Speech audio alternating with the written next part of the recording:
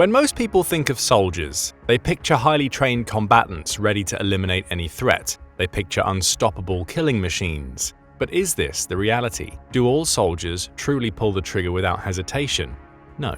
In fact, you might be surprised by how few soldiers actually shoot to kill when the moment of truth arrives. Even firing in the general direction of the enemy is often a monumental challenge. But why? Is it the weight of taking a life that shatters their resolve, or is there a more pragmatic barrier at play? We've got all the answers in this video. Let's start with the titular question: how many soldiers shoot to kill? According to a 1947 study based on World War II soldiers from the US, only 15 to 20% of soldiers shot directly at the enemy with the intention of killing him. Plus, only about 15 to 25 of those 100 soldiers, or 15 to 25%, would even fire at an enemy position, i.e. the general direction of the enemy. And that 25% figure only applies to well-trained and campaigned seasoned troops. When these findings were published, they profoundly shocked the US military. However, they were also quickly taken at face value, prompting highly consequential changes in military training methods. The study in question has since been subject to significant debate and scrutiny, with key portions of it questioned for its accuracy and methodology. However, most of the rebuttals had to do with the reasoning behind such low firing rates, rather than disputing the fundamental findings themselves. With this in mind, let's take a closer look at this study and its subsequent critics to unquestionably determine why so few soldiers shoot to kill. The now infamous 1947 study called Men Against Fire: The Problem of Battle Command was conducted by U.S. Army Brigadier General Samuel Lyman Atwood Marshall, better known as S.L.A. Marshall, or even more colloquially, SLAM. Now, Marshall needs little introduction within military circles, but let's cover all our bases just in case. Marshall served with the American Expeditionary Force, a branch of the U.S. Armed Forces on the Western Front during World War I, before becoming a journalist specializing in military affairs. During World War II, Marshall re-entered the U.S. Army, but this time as a combat historian. He first investigated combat in the Pacific Theater, focusing on the Battle of Macon in November 1943. This is reportedly the first time he used the so-called after-action review, or AAR for short, a technique pioneered by him and which was formally developed and still widely used by the US Army. This process entails gathering surviving members of a company a day or two after a battle, mission, or engagement to discuss their experiences, actions, and observations. Marshall specifically interviewed rifle companies in a group setting with the aim of reconstructing the action after close combat with German and Japanese troops. In 1944, he was transferred to Europe, where he served until the end of the war, becoming the chief combat historian. Some 3 years later, he would publish his best-known work, Men Against Fire: The Problem of Battle Command, often dubbed a modern classic. According to Marshall, this book contained findings based on interviews with over 600 different rifle companies. However, this figure was later extensively challenged by the likes of Roger Spiller, another military historian. According to Spiller, Marshall would have only had time to complete approximately 400 interviews by 1946, or the time he was likely writing his book, and that is the most generous calculation. But regardless of the number of soldiers interviewed, one fact remains: the vast majority of soldiers would not use their weapons in any given situation. According to Marshall, this was consistently true whether the action was spread over a day or 2 days or 3. More importantly, the number of soldiers firing at enemies remained low, even when they were in danger. Marshall's exact words were, "These men may face danger, but they will not fight." Even in the most spirited and aggressive companies, only 1 man in 4 had made at least some use of his firepower, according to the study. Of course, some use of his firepower is the key phrase here, as it entails firing at enemy positions and not at the enemy directly, intending to take a life. As for the firepower, Marshall took everything into account: carbines, grenades, bazookas, machine guns, and of course, rifles, with Browning automatic rifles, BARs, included. Another equally fascinating, albeit somewhat controversial finding, uncovered at the same time, was that a mere 1% of fighter pilots accounted for half of all the fighter pilot kills in the US Army Air Force during World War II. In other words, only a tiny fraction of fighter pilots did almost all the actual combat damage against the enemy. Before these somewhat shocking findings were published, it was sort of assumed that average soldiers would kill in combat, whether by order or to protect themselves or their fellow unit members. Marshall was the first to come out and say that soldiers, or more specifically riflemen, were actually spectators for the most part. Now, according to Marshall, this wasn't anything new. There just had never existed the opportunity for systematic collection of data in earlier wars. Marshall called his finding the ratio of fire, seemingly using it to warn US commanders of the potential challenges and realities of combat effectiveness and soldier behavior in wartime. His exact words were, "A commander of infantry will be well advised to believe that when he engages the enemy, not more than a quarter of his men will ever strike a real blow." The US military seemingly took his words quite seriously, using men against fire as a basis for a sweeping reform of the infantry training post-World War II. The goal? To get more US soldiers to shoot at the enemy. And their new training techniques paid off big time. By the time of the Korean War, 55% of US soldiers were shooting at their target, with this figure soaring to between 90% and 95% during the Vietnam War. Though the story of this drastic change is undoubtedly fascinating, we won't tackle it right away. That's waiting for you later on in the video. For now, let's stay in the 1940s and discuss the reasons offered for the initially abysmally low shooting rates. For the most part, Marshall explained the unwillingness of soldiers to fire their weapons as stemming from an innate resistance to killing. In simpler terms, humans just have a natural, deep-seated aversion to taking the life of another human being, even in the extreme circumstances of combat. In other words, soldiers aren't withholding fire because they choose not to, but because they simply can't. It's an involuntary response.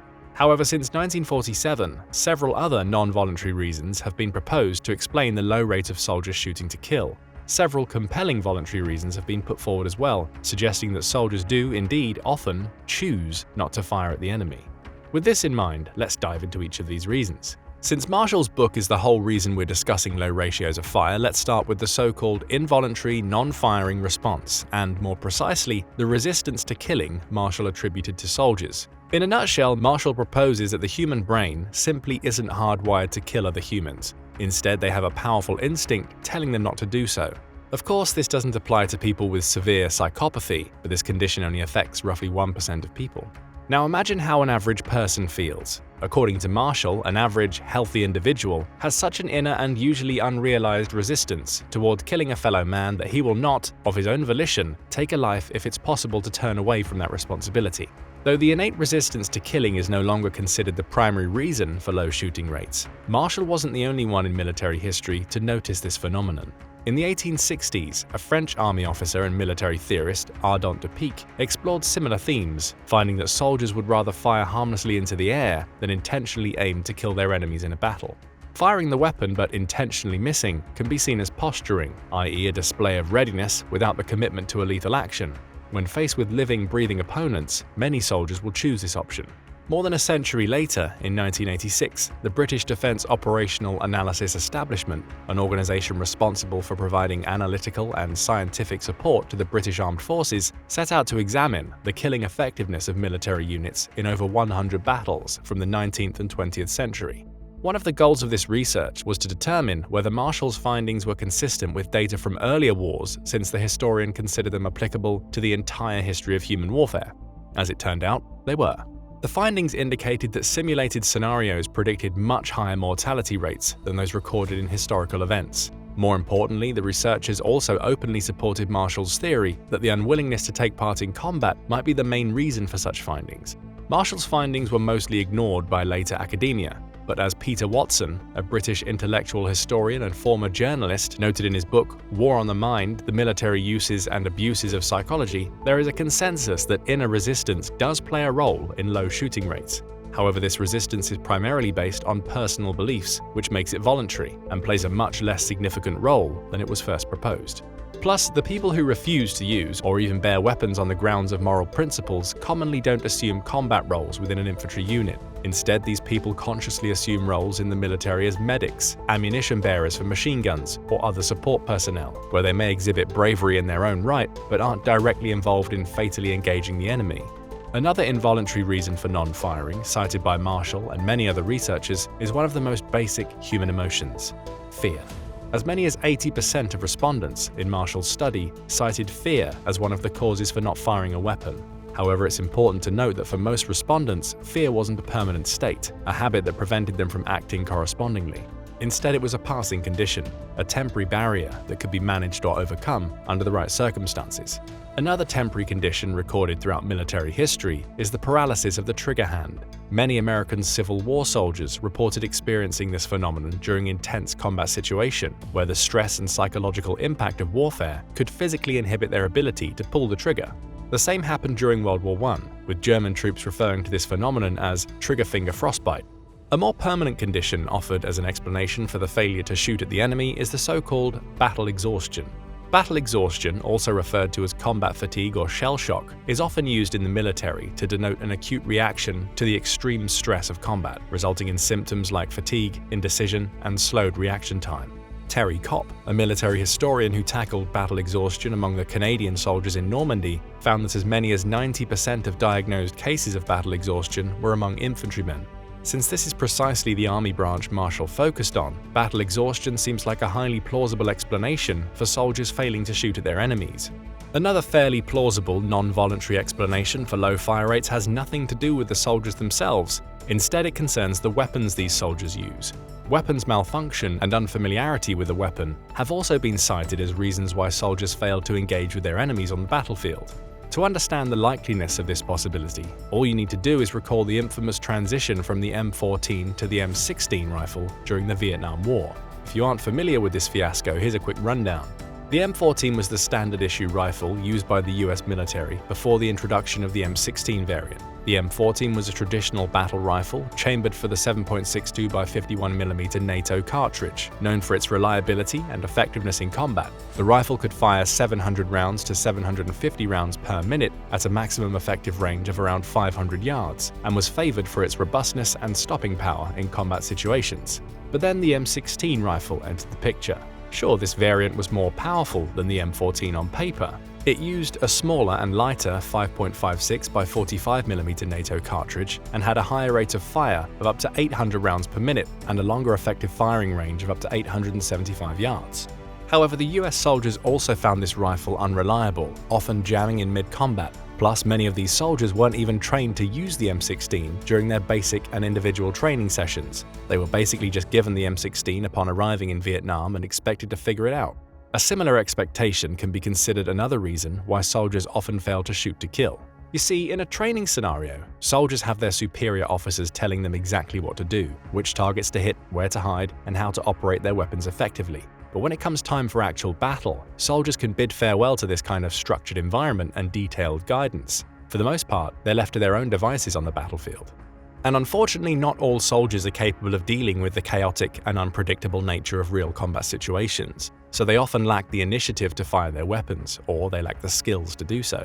Let's not sugarcoat it, not many soldiers make good snipers. Sure, they can be trained to be somewhat competent marksmen, but knowing that an enemy combatant is aiming a weapon at you is often enough for these skills to fall short in the heart of battle. But what if we aren't talking about the heat of battle, but a quiet area of the front? In that case, we deal with the first possible reason for the deliberate non-firing of weapons, the so-called live and let live principle. This principle is exactly what it sounds like. Don't kill me, and I won't kill you. It's sort of an informal ceasefire among soldiers to avoid unnecessary killings, particularly when the risk to themselves is low. This mentality is somewhat controversial due to its implications for military strategy and morale, but it's nonetheless well documented and a perfectly reasonable explanation for not firing away in a specific combat scenario. Another perfectly viable explanation is the division of roles within a unit. Simply put, not all soldiers within a unit have the task to engage the enemy. Let's take Vietnam veterans from the 1st Cavalry Division as an example. Over 250 of these veterans were surveyed in 1987, and they can be roughly divided into two categories. Category 1 were soldiers tasked to engage the enemy with small arms fire. This category was composed of riflemen, machine gunners, vehicle crewmen, helicopter door gunners, and similar groups whose order was to take out the enemy with weapons they carried. As for category number 2, it consisted of soldiers accompanying those from category 1. These men may have been assistant machine gunners, whose job was only to load the M60 machine gun used in the Vietnam War, or they may have been artillery forward observers, tasked to call for and direct artillery fire. Or perhaps they served as medics, engineers, chaplains, or radio operators, positions whose primary responsibility was not to fire on the adversary.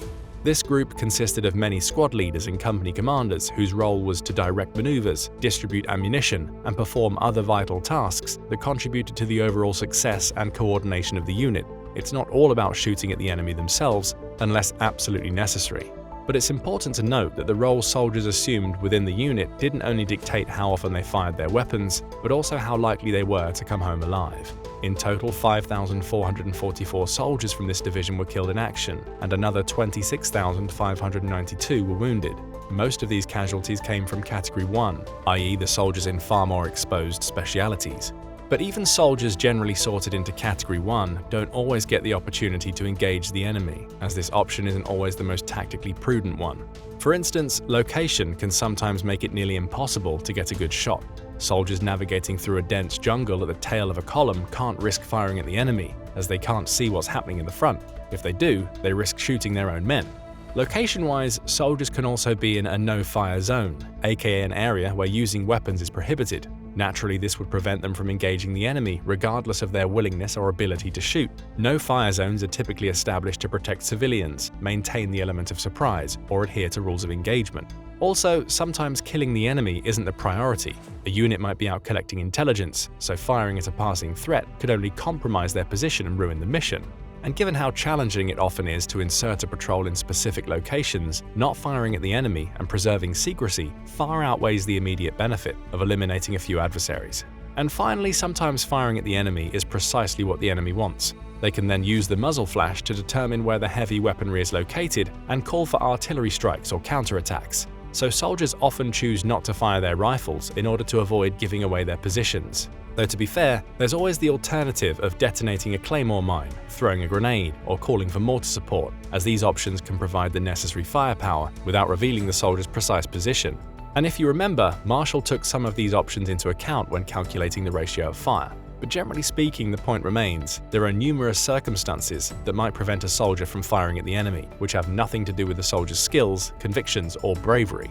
This leads us to the final voluntary reason for not shooting at the enemy: fire discipline. Fire discipline can be defined as the controlled and deliberate use of firearms by soldiers, aimed at ensuring that every shot fired is necessary, accurate, and effective. Given how crucial this principle is in the military, it's quite surprising that it's rarely mentioned in relation to Marshall's work, especially since fire discipline was widely taught and trained during World War II. Take the Canadian Army as an example. All the doctrine and training manuals this army used before, during, and after World War II emphasize that fire should be held back until it can achieve maximum effectiveness. Some of these manuals even outright discouraged riflemen from using their weapons. Why? Because mistakes were simply too costly. According to the 1944 Canadian Officer Training Corps Manual, killing a single enemy soldier required 75,000 rounds of small arms ammunition, and this was the estimate for stationary troops. Now imagine how much ammunition mobile troops traveling up to 40 miles per hour might expend. That's why it was consistently stressed that accuracy trumps the volume of fire. So all infantry units were trained for controlled small arms fire and not indiscriminate shooting, though of course the latter was still inevitable in some battles. But this didn't stop the Canadian Army from discouraging it at every step. The Canadian Army training memoranda issued during World War II would often include disparaging remarks about firing too much and too soon. A May 1944 article in the memoranda stated, "You are trained to shoot straight. You have plenty of ammunition to hand back for the killing of your chaps. But make sure of it. Wait, wait, and wait again. Even if you are frantically excited, wait." So it's easy to conclude that firing in small quantities was seen as a skill in the Canadian Army, not a sign of hesitation or cowardice. At the same time, Marshall saw it as a problem. And soon after he shared his worries with the world, the US Army saw it as a problem as well, as we already mentioned. So the Army sprang into action and instituted several training measures to make their soldiers a little more trigger-happy. But how is this even possible? How can you train soldiers to eagerly shoot to kill? The US military did it in 2 steps. Number 1, desensitization.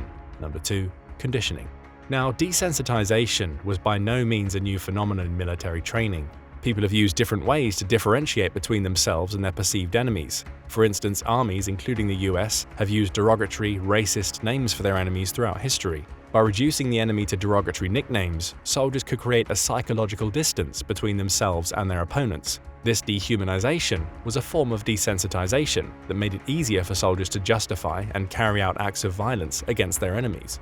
However, desensitization reached a whole new level in the US boot camps post-World War II. The killing was practically described as joyful to help soldiers overcome their natural aversion to it, as described by Marshall. But desensitization wasn't enough to turn soldiers into killing machines. That's where conditioning comes into play. Though the Russian physiologist Ivan Pavlov is credited with discovering classical conditioning, the work of American physiologist Boris Frederick Skinner on the so-called operant conditioning was the most valuable in this process. Skinner's experiments focus on how behaviors are influenced by their consequences, either reinforcement or punishment, shaping future actions. His work laid the foundation for practical applications in various fields, including education, psychology, and, in this case, military training. Basically, through operant conditioning, US troops were taught to shoot as soon as they spotted a target. But in order for them to quickly make a connection between the target and pulling the trigger, they were no longer firing at the standard bullseye targets, which consisted of a series of concentric circles. The new targets were human-shaped. These targets also weren't static anymore. Instead, they could pop up anytime, anywhere, mimicking combat scenarios more realistically. Finally, the targets were made even more realistic by filling them with red paint or ketchup, providing instant reinforcement when one of them was hit. The result?